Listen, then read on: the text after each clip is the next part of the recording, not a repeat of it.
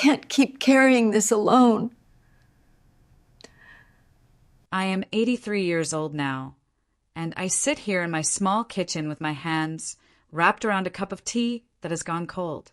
The house is quiet, too quiet. My children are grown and busy with their own lives. My grandchildren visit sometimes, but not enough to fill the empty spaces in these rooms. There was a day last winter when I thought I could not carry on anymore. I woke up that morning and felt like my chest was filled with stones. Every breath hurt, not from sickness, but from the weight of everything I had been carrying for so many years. I looked at myself in the mirror and saw an old woman with tired eyes. I saw someone who had given and given until there was nothing left. That morning, I sat on the edge of my bed and cried like I had not cried since I was a little girl. But these tears were different. They were not the tears of a child who scrapes her knee. They were the tears of a woman who had scraped her heart over and over, year after year, and never let it heal properly. I thought about all the times I had swallowed my pain to make others comfortable. All the times I had smiled when I wanted to scream. All the times I had said, "I'm fine," when I was breaking apart inside. That morning, I realized I had been lying to myself for decades. The burden felt too heavy that day. I had carried it for so long that I forgot what it felt like to walk without it. I thought about my mother, who died when I was still young. I thought about my father, who never learned how to show love. I thought about the husband who left me when life got hard. I thought about the children I raised alone, working 2 jobs and pretending everything was okay. I sat there and wondered if anyone would truly miss me if I was gone. Not the version of me that cooked Sunday dinners and sent birthday cards and always had a listening ear, but the real me, the tired me, the lonely me, the me that had dreams once upon a time. That day, I felt like I was drowning in a life that looked fine from the outside but was eating me alive from the inside. I had spent so many years being strong for everyone else that I had forgotten how to be weak for myself. I had spent so many years taking care of others that I had forgotten how to ask for care. The silence in the house that morning was so loud it hurt my ears. I realized I had been alone for so long that I had forgotten what it felt like to be truly known by another person. Even when I was married, even when my children were small and the house was full of noise, I had been alone with my deepest thoughts and fears. I remember thinking that morning about all the nights I had lain awake worrying about money, about my children's futures, about whether I was doing anything right. All the times I had prayed for help, but felt like my prayers bounced off the ceiling and fell back down on my head. The hardest part was not the pain itself. The hardest part was realizing that I had chosen this pain over and over again. I had chosen to stay quiet when I should have spoken. I had chosen to give when I should have received. I had chosen to disappear a little bit more each day until I barely recognized myself. But something happened that morning as I sat there with my cold tea and my heavy heart. I looked around my small kitchen and saw the pictures on the refrigerator. My grandchildren's smiling faces. My children at their graduations. The card my youngest daughter had made me last Mother's Day. I realized that my story was not over yet. That morning was not my ending. It was the moment I finally decided to look at my life honestly, to stop pretending that everything had been fine. It was the moment I decided that maybe, just maybe, I had something left to give. Not to others this time, to myself. That morning was when I decided to tell my story, to speak the truth about what it costs to be strong all the time, to admit that I had been scared and lonely and tired for most of my life, to say out loud that being a good woman, a good mother, a good person had nearly killed me. So here I am now, telling you about the hardest moment of my life so you can understand what came after. So you can understand that sometimes we have to break completely before we can begin to heal. I was born in 1940, the middle child in a family of 5 children. My father worked at the mill, and my mother tried to keep us all in line while stretching every dollar until it screamed. We lived in a small house with thin walls and thinner patients. My mother was always tired. I understand that now, but as a child, I just knew that she never had time for me. She never had time for any of us, really, but being the middle child meant I disappeared even more easily than the others. My older siblings got attention for being first at everything. My younger siblings got attention for needing help with everything. I got good at being invisible. When I was 7 years old, my mother started getting sick a lot. She would lie in bed for days at a time, and I learned to make soup from whatever we had in the cupboard. I learned to braid my little sister's hair and help my brothers with their buttons. I learned to be quiet when my father came home angry from work. My father never hit us, but he never hugged us either. He was like a stranger who lived in our house and paid the bills and expected us to stay out of his way. When he looked at me, I felt like I was bothering him just by existing. I learned to make myself smaller and smaller until I barely took up any space at all. The worst part was not having anyone to talk to about how I felt. In those days, children did not talk about their feelings. We were supposed to be grateful and obedient and quiet, but inside I was screaming. Inside, I was a little girl who wanted someone to notice that she was scared and lonely and trying so hard to be good. When I was 10, my mother died. It happened on a Tuesday morning in March. She had been sick for weeks, but we children did not know how serious it was. My father woke us up and told us she was gone, and then he left for work like it was any other day. I remember standing in the kitchen that morning, looking at the breakfast dishes that still needed washing. My little sister was crying and my brothers were fighting over something stupid, and I realized that now it was my job to hold everything together. I was 10 years old and I became the mother. From that day on, I cooked the meals and washed the clothes and made sure everyone got to school on time. I helped with homework and mended tears and shirts and listened to my siblings cry at night when they missed our mother. My father worked longer hours after she died, so he was barely home at all. I stopped being a child that day my mother died. I learned to cut my own hair when it got too long. I learned to sew patches on knees and elbows. I learned to stretch a chicken into 3 meals and make my siblings believe we were having a feast. But the hardest thing I learned was how to swallow my own sadness so it would not burden anyone else. I learned to smile when I wanted to cry. I learned to say everything was fine when nothing was fine. I learned that my job was to take care of everyone else, and no one's job was to take care of me. The other children at school had mothers who packed their lunches and braided their hair. They had mothers who came to school plays and helped with projects. I had myself, and I was not enough. I was never enough. I started having dreams about my mother. In the dreams, she would come back and tell me I had done a good job taking care of everyone. She would hold me and tell me I could be a little girl again. But then I would wake up, and the breakfast still needed making, and the house still needed cleaning, and everyone still needed me to be strong. By the time I was 12, I felt older than my father. I felt like I had lived 100 years already. I looked at other girls my age playing hopscotch and laughing about silly things, and I could not remember what it felt like to be that free. I learned that love was work. Love was washing dishes and darning socks and making sure everyone else was happy even when you were falling apart inside. Love was disappearing so others could shine. Love was never asking for anything because asking felt selfish. That was how I learned to live. That was how I learned to be a woman. By the time I was 13, I was already an expert at carrying burdens that were too heavy for my shoulders. I was already an expert at pretending everything was fine when my world was crumbling. Those childhood years taught me that I was only valuable when I was useful to others. They taught me that my own needs did not matter. They taught me that speaking up was selfish and staying quiet was noble. I carried those lessons with me for the rest of my life. They shaped every decision I made, every relationship I had, every dream I let die.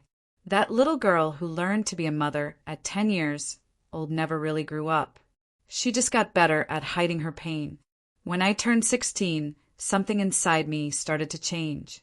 I had been taking care of my family for 6 years, and I was tired, bone tired, the kind of tired that sleep does not fix. My father had started drinking more after work. Not mean drinking, but sad drinking. He would sit in his chair and stare at nothing while the house fell apart around him. My brothers had started getting into trouble at school, and my little sister had nightmares almost every night. I was working at the diner after school to help pay the bills. The work was hard, but I liked it because for a few hours each day, I was Clara the waitress instead of Clara the substitute mother. I could smile at strangers and pour coffee and pretend I was just a normal girl with a normal life. That was where I met Jimmy. He was 19 and worked at the garage down the street. He had dark hair and kind eyes, and when he smiled at me, I felt like someone was seeing me for the first time in my life. Jimmy started coming into the diner every day after work. He would order coffee and pie and sit at the counter talking to me while I worked. He told me I was pretty. He told me I was smart. He told me I deserved better than the life I was living. For the first time in years, I started thinking about what I wanted instead of what everyone else needed. I started imagining a life where someone took care of me for a change, where someone worried about my happiness and my dreams and my future. When Jimmy asked me to marry him 6 months later, I said yes without thinking twice. I was 17 and marriage felt like escape. It felt like freedom. It felt like someone was finally choosing me. My father did not fight it when I told him I was getting married. I think he was relieved. One less mouth to feed. One less person to worry about. My siblings cried when I told them, especially my little sister.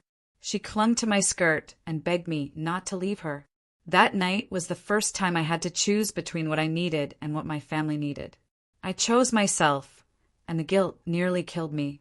But I was drowning, and Jimmy felt like a life raft. We got married in a small ceremony at the courthouse.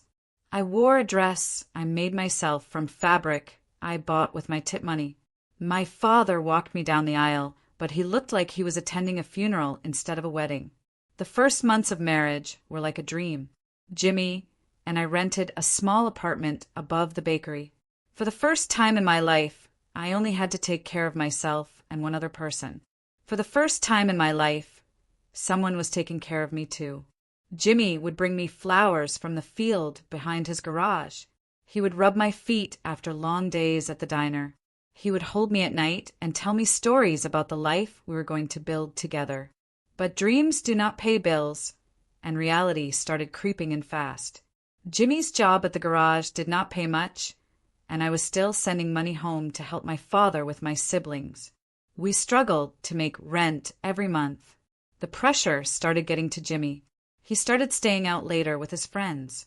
He started complaining about how tired I looked all the time, how I never wanted to go out and have fun. He said I was too serious, too worried about everything. I tried to be the wife he wanted. I tried to smile more and worry less. I tried to make our little apartment feel like a happy home. But I was still 17 years old, and I was still carrying the world on my shoulders. When I got pregnant at 18, everything changed again. Jimmy was excited at first. He talked about teaching our son to work on cars and taking him fishing on weekends. But when the baby came and the reality of sleepless nights and doctor bills and endless crying hit, Jimmy started disappearing. That was when I realized that choosing myself had not freed me at all. I had just traded one set of responsibilities for another. I had just found a new way to disappear, this time behind the roles of wife and mother. The turning point was not when I got married. The turning point was when I realized that no one was coming to save me. Not Jimmy, not my father, not anyone. The turning point was when I understood that if I wanted a different life, I was going to have to build it myself. But I was still so young, and I did not know how to build anything except ways to survive. So I kept surviving, day by day, choice by choice, mistake by mistake. I kept learning that love was more complicated than I had ever imagined. Jimmy left when our son Tommy was 2 years old. He did not say goodbye or leave a note. He just took his clothes and his tools and disappeared like smoke. I woke up one morning and half our life was gone. I sat at the kitchen table that morning, holding Tommy on my lap, and I made a promise to myself. I promised that I would never again depend on anyone else to take care of us. I promised that I would be strong enough for both of us, no matter what it cost me. The first year alone was the hardest thing I had ever done. I worked double shifts at the diner, and Mrs. Peterson next door watched Tommy while I was gone. I came home every night exhausted, but I still had to be a mother. I still had to make dinner and give baths and read bedtime stories. I learned to fix the leaky faucet myself. I learned to change the oil in our old car. I learned to stretch $5 into a week's worth of groceries. I learned that being independent meant being everything to everyone, especially yourself. Some nights, after Tommy was asleep, I would sit on the front steps and cry from exhaustion. Not just physical exhaustion, but the bone-deep tiredness that comes from never having anyone to share the load with. The kind of tired that makes you wonder if you're strong enough to wake up and do it all again tomorrow. But I always did wake up. I always did it again. Because Tommy needed me to, and I was all he had. When Tommy started school, I took a second job cleaning offices at night.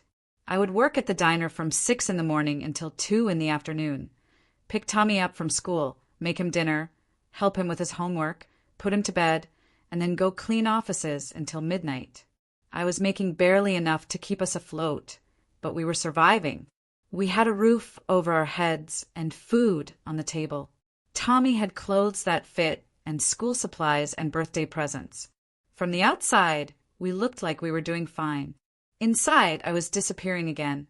I was so busy being everything Tommy needed that I forgot I was a person too.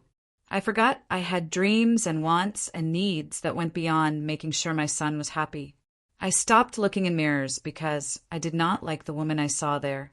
She looked older than her years. She looked tired and worn down and empty. She looked like someone who had given up on herself completely. The sacrifice was not just my time or my energy. The sacrifice was my hope. I stopped believing that life could be anything more than work and worry and endless responsibility. I stopped believing that I deserved happiness or love or rest. When Tommy was 10, I met Robert at the grocery store. He was kind and patient, and he seemed to understand that I came as a package deal. He did not mind that I had a son or that I worked all the time. He said he wanted to take care of both of us. For a while, I let myself believe that maybe I could have help. Maybe I could have partner. Maybe I could stop carrying everything alone. Robert moved in with us, and for the first time in years, I had someone to share the bills and the chores and the worries. But I had been independent for so long that I did not know how to be anything else. I kept working double shifts because I did not trust that Robert would stay. I kept handling everything myself because I was afraid of needing him too much. Robert tried to help, but I would not let him. When he offered to pick Tommy up from school, I said I could handle it. When he wanted to pay for groceries, I insisted on splitting everything down the middle. When he suggested I could quit one of my jobs, I told him I was fine. The truth was, I was terrified of depending on anyone again. I was terrified of letting someone else hold part of my life because I knew how easily they could drop it and walk away. Robert stayed for 3 years. He was good to Tommy and patient with me, but eventually he got tired of fighting me for the right to care for us. He said he felt like I did not need him at all, like I would be relieved if he left. He was not wrong. When he moved out, part of me was sad, but part of me was relieved. It was easier to do everything myself than to risk disappointment again.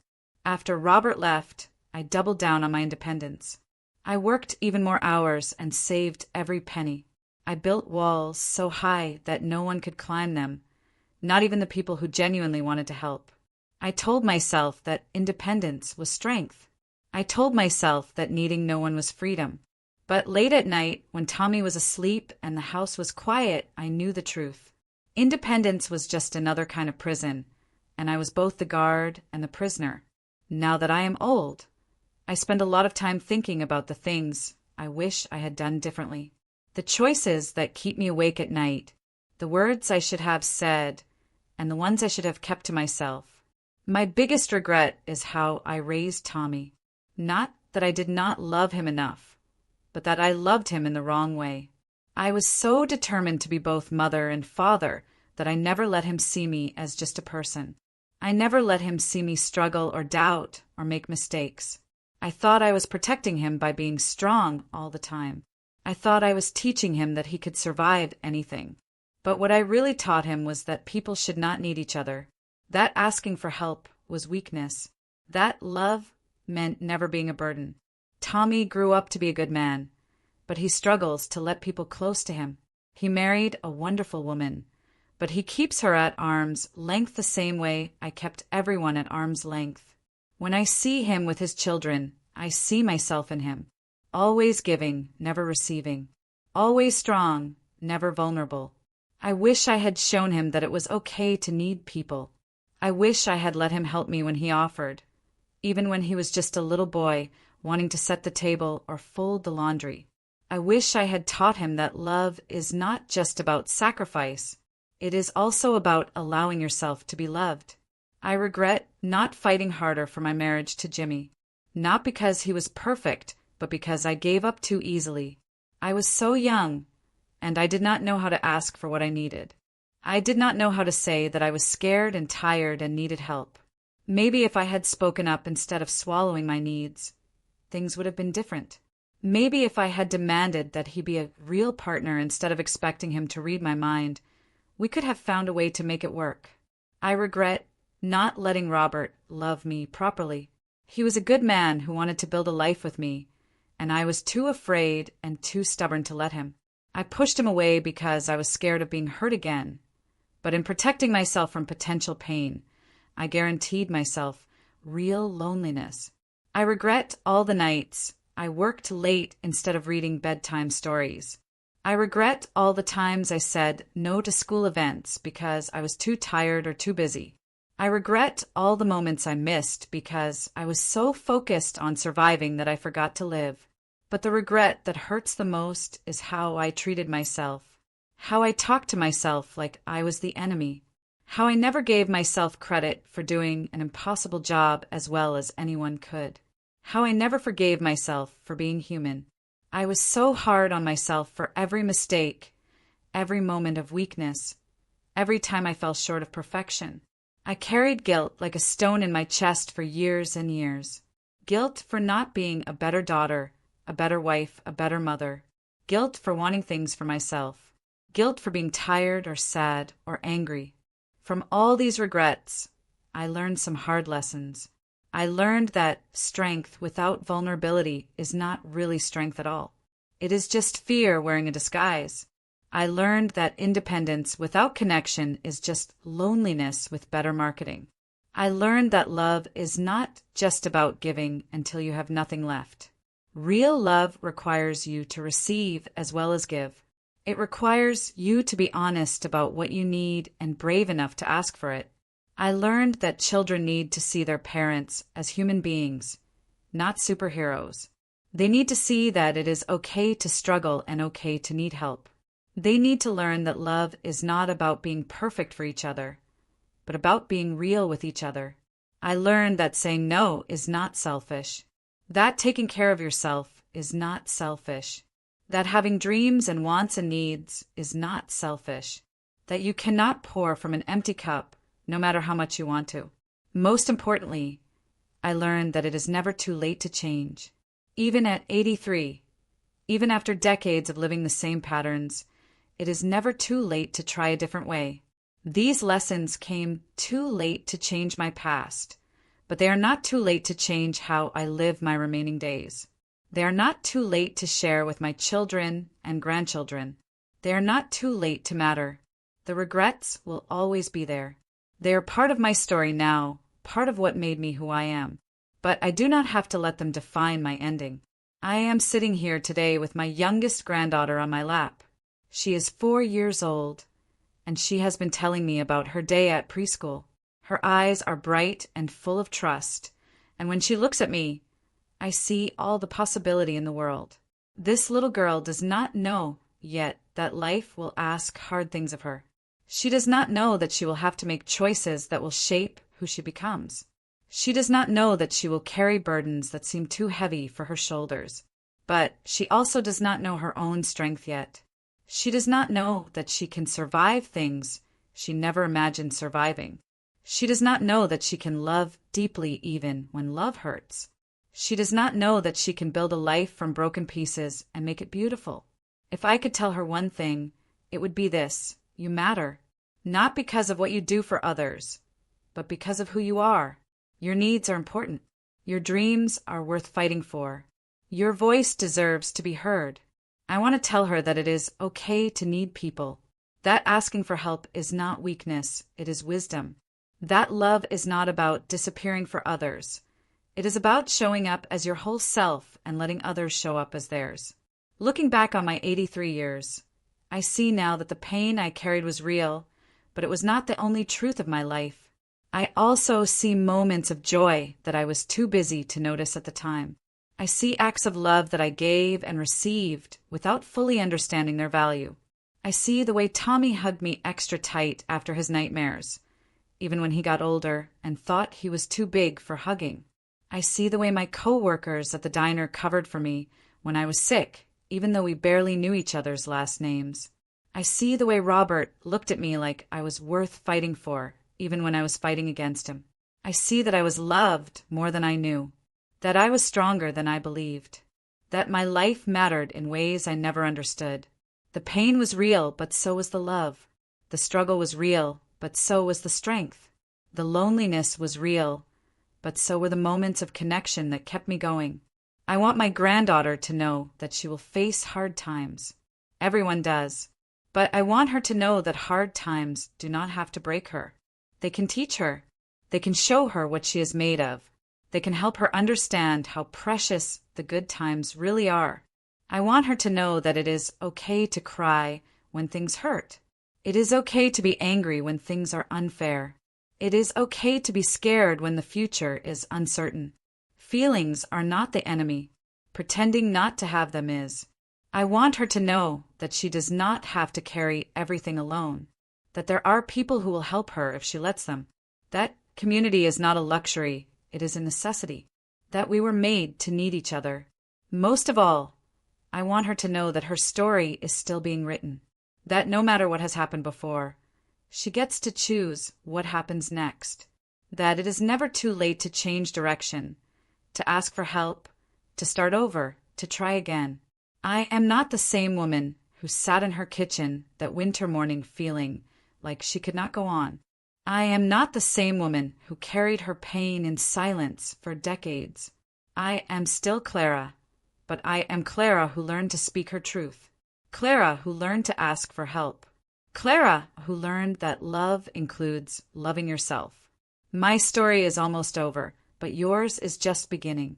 Take from my life what serves you, and leave behind what is not. Learn from my mistakes, so you do not have to make the same ones. But do not be afraid to make your own mistakes, because that is how you learn who you really are. You are stronger than you know. You are loved more than you understand. Your life matters in ways you cannot imagine. Remember this when the world tries to tell you otherwise. Remember this when you're tired and scared and caring too much. Remember this when you forget your own worth. You matter. You have always mattered. You will always matter. This is what I want to leave behind. Not my regrets or my pain, but this simple truth. You are enough, exactly as you are. You are always enough.